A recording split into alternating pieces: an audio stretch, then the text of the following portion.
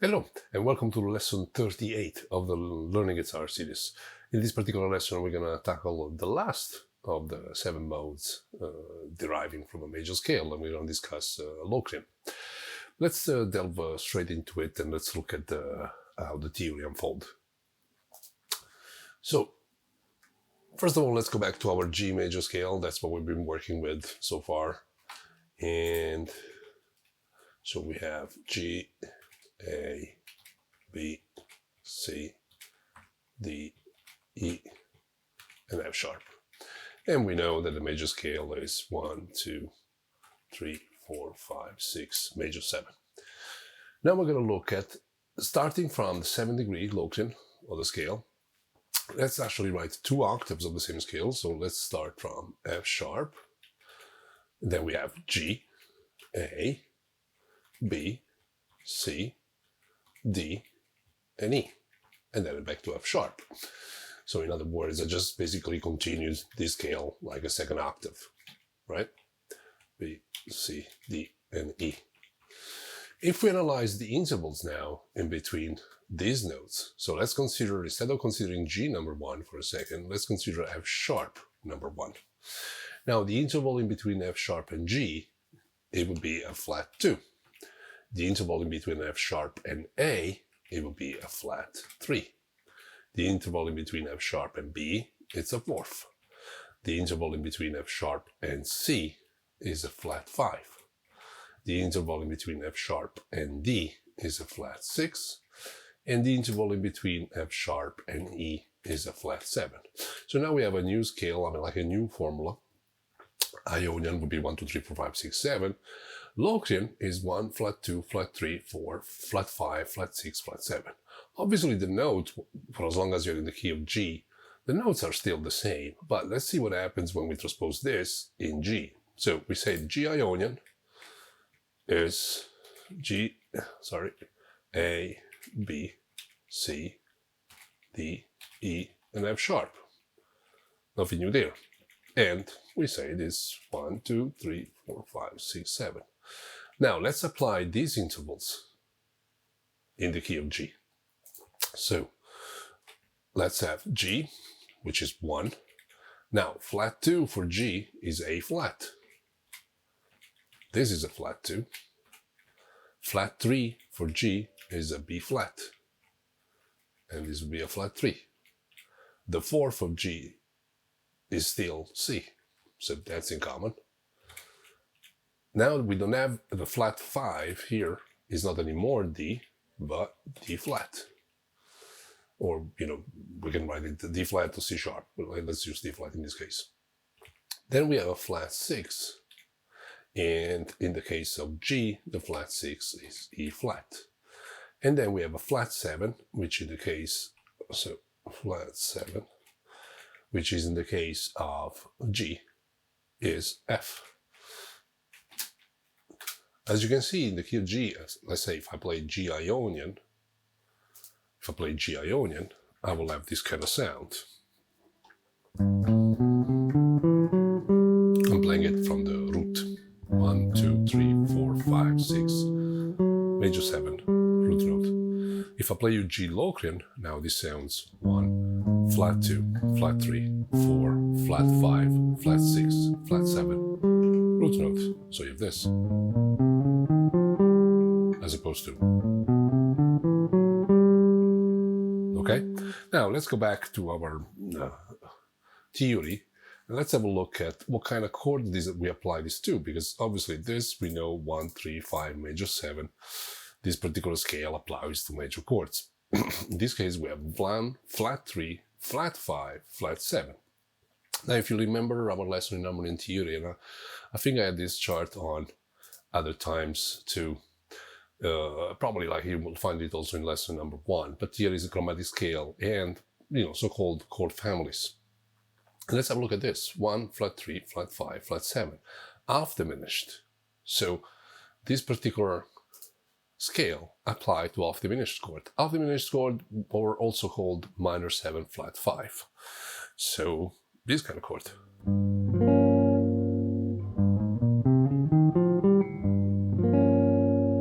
And of course, the lesson comes with a PDF, which will allow you to study a few chord position and shape for this particular chord. So this is example one, G half diminished,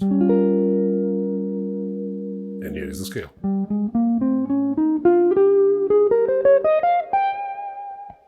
Right.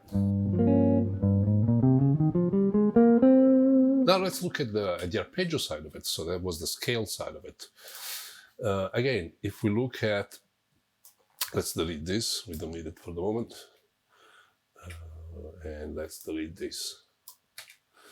So once again, let's have a second octave of this so you can see the process as it happens. G, A, B, C, D, E, and F sharp. This is simply 2 octaves of the same scale.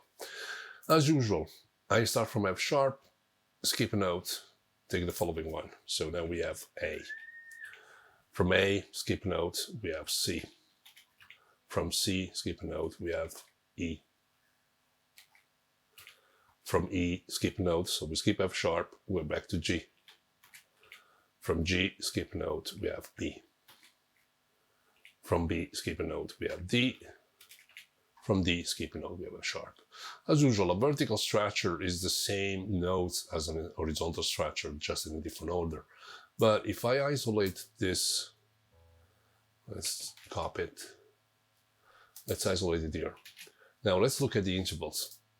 If F sharp is number 1, A is a flat 3, C is a flat 5, E is a flat 7, and this is where we see the minor 7 flat 5 type of chord, the half diminished type of chord.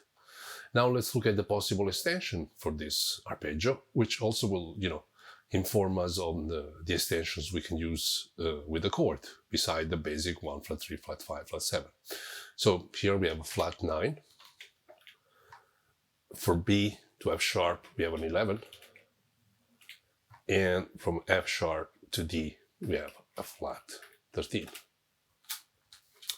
So, in other words, let's go back to the key of G. I'm going to transpose what we just did in F sharp, but play in the key of G. By the way, if I look at G Locrian,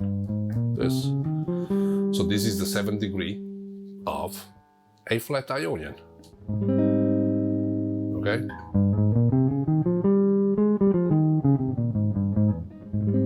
Or, as you can see, the notes are the same. Okay? In terms of arpeggio, now we have 1, flat 3, flat 5, flat 7, flat 9, okay? 11, flat 13, and again root note. So that's what the so-called modal arpeggio.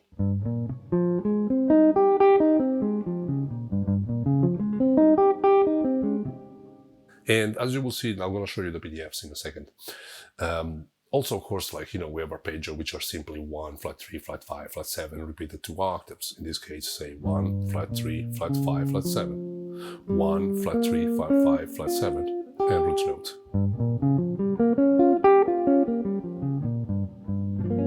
And this is basically the sound of Locrian.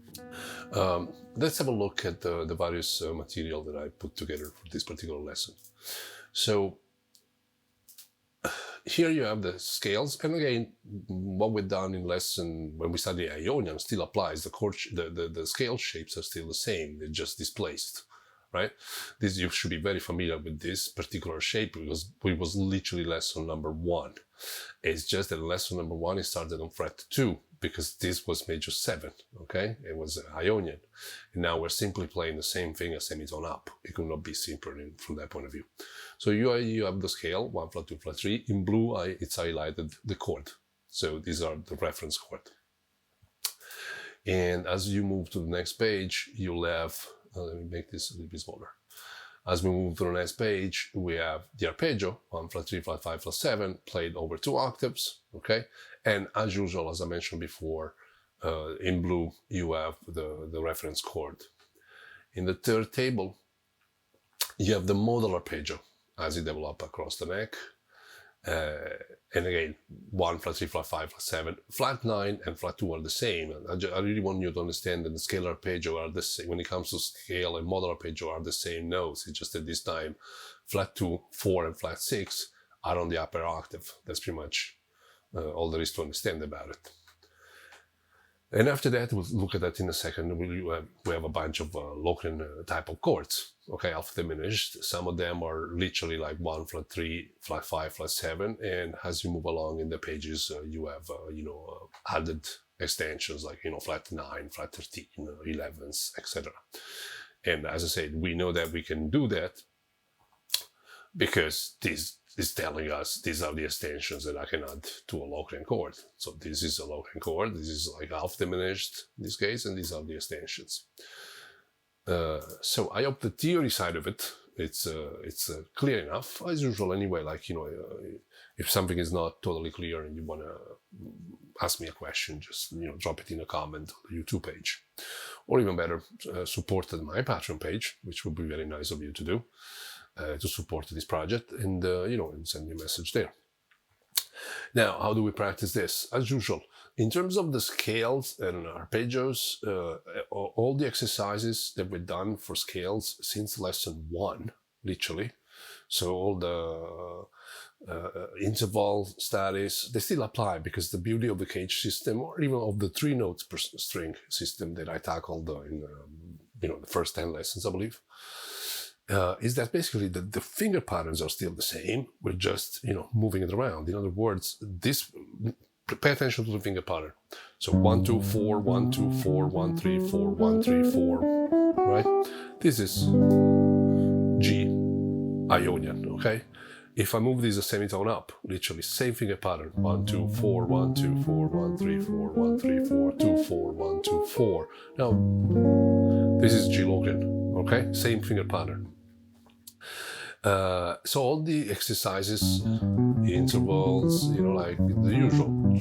I kind of repeat the same thing every lesson, but all the exercise that we've done for scales, they still apply. And of course, even the typology, don't know how you pronounce it.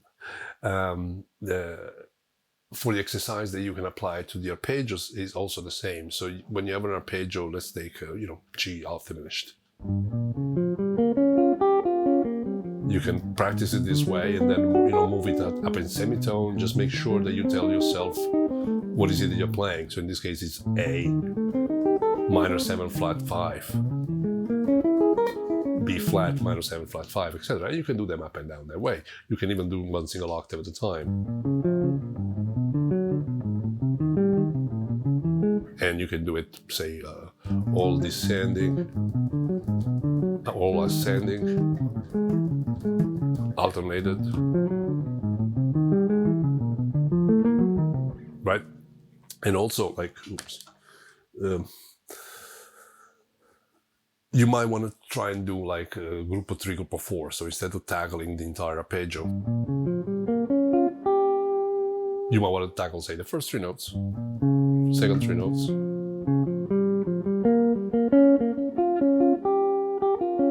same thing coming back.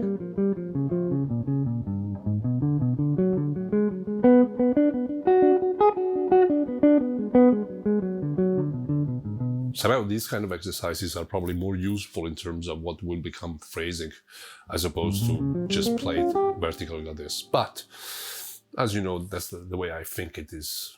This is a letter of the alphabet, 4 notes at a time. It's a bit like a word, and then when you're improvising or if you're writing your guitar solo,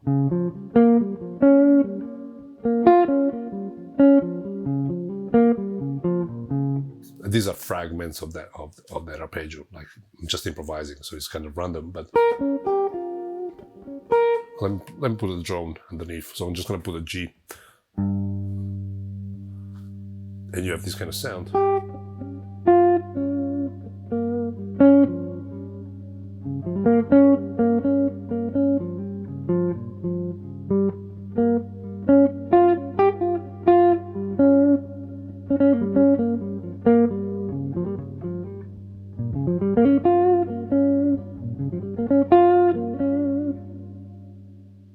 In other words, basically, like another very good exercise is to try and limit yourself. Maybe like the same way I just did. You just put a drone of a note, in this case G, so I'm playing, G half diminished, and try and improvise using only that, giving yourself that kind of limit. I'm not going to use bits of the scale, I'm just going to use the arpeggio. Same thing, you can obviously do it with the scale.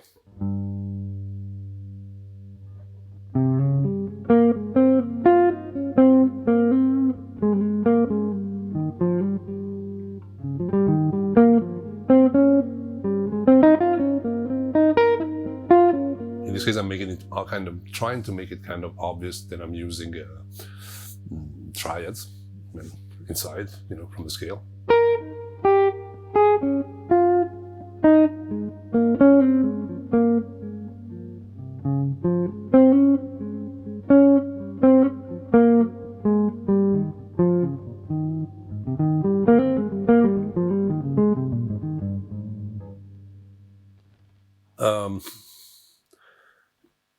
Let's have a look at the chords for a second. Let's close this.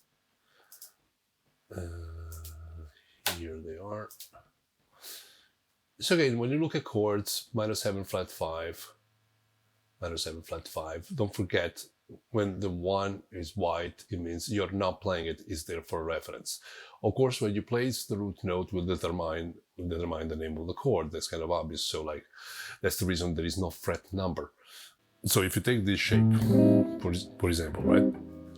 The fact that the root note is here tells me this is A minor 7 flat 5 or A half diminished.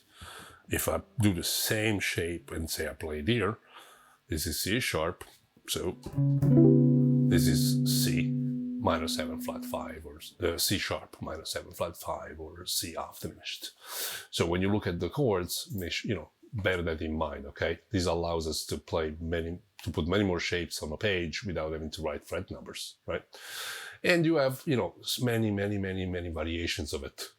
So I encourage you to experiment. And again, one thing you can do, the same thing you did with scales and arpeggio, you can say maybe I play a drone. And again, you can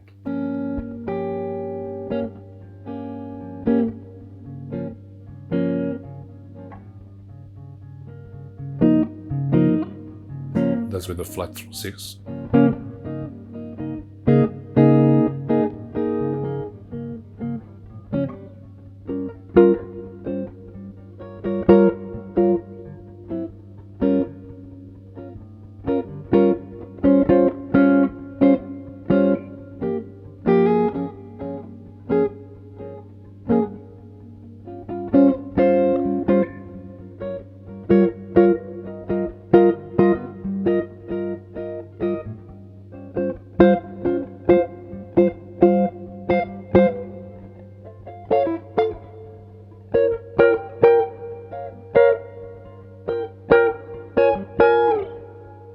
I hope it makes sense.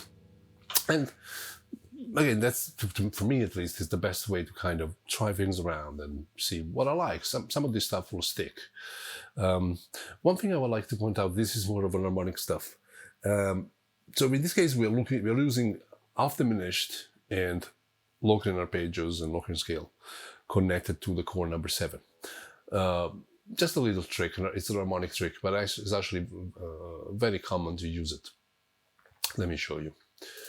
So let's have a look at, for 1 second, the chord number 5, okay? And let's do the vertical structure of chord number 5. So after D, skip a note, I have F sharp. Oops. From F sharp, skip a note, you have A. From A, skip a note, you have C. From C, skip a note, you have E. From E, skip a note, you're back to G. And from G, skip a note, you go to B. And from B, you're back to D. Okay? Let's take this. And this is chord number 5, so this will be your Lydian. This is tension, resolution. We discussed this stuff before. Let's put it here for a second. Now, if you look at this block here, F sharp C E, F sharp A C E, right? That's the same. It spells like, with an F sharp, it spells like face, okay? Here it is. So if this is chord number 1, this is 3 from a D perspective, this is 5, this is flat 7, and this is a 9. So it's not unusual to substitute, say if I was to use G mixed Lydian, okay? So that's G7, and basically we are in the key of C. It's a 5-1. C, G7 wants to go to C. And if you don't know the reason why, again, there is another chart. There's a lot of harmony theory going on here. So as you can see in the key of C, chord number 1, chord number 5 is G7. So G7 is resolving into C in this case. So I have, okay, I'm back. Oh, I'm not sure I actually showed you the table. Anyway, here is the table, G7 going to C, okay? I'm not sure I clicked the right thing. Sorry, this is pretty much improvised. So G7 is going into C. But as we've seen from that chart, I can also achieve G9. Here it is, I can achieve G9 by substituting F sharp half diminished instead of, say, D7, okay? Like it would be here. So D7 because we are in the key of C. Let's rationalize this. I can start from the third of the arpeggio for G7. So from the second note, and I have an half diminished chord. Okay? Because this now is G9. Okay? In other words, I can substitute, because of this particular case, it's kind of simple piece of theory. I can always substitute when I have a 5 chord, I can use the 7 chord instead. So in a 5-1 progression, in this case, G7, C major, I can always go B half diminished, C major. It can function as a chord number 5 too. I hope I'm not confusing you with some extra theory, but this is actually a very common thing to do, so this kind of sound.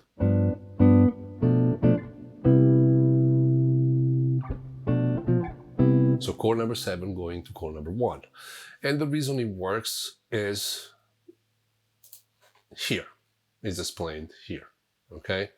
So this is chord number 7, this is chord number 5, but actually chord number 5 contains also chord number 7, okay? And in the future, there's going to be a lot more of this kind of piece of harmony and theory that kind of justify chord substitutions, okay? In this case, I'm kind of replacing G7 with B half diminished because they have, you know, it's the combination is a G9, okay? But the difference is in the bass, so I can have the bass going G, B, C. Dodgy lead somewhere.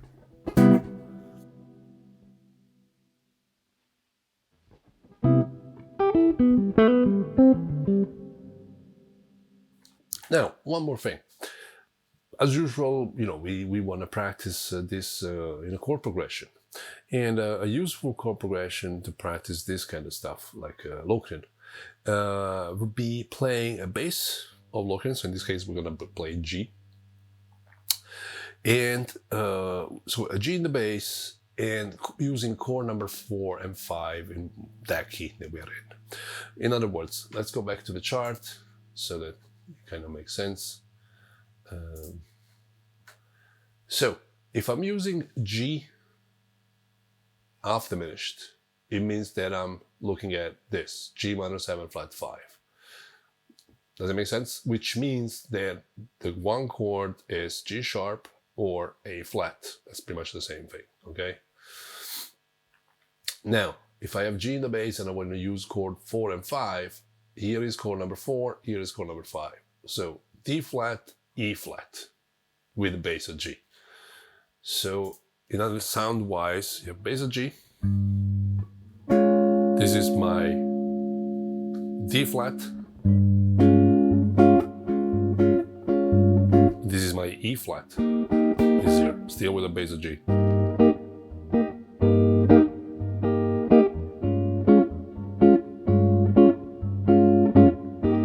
I'm gonna loop it.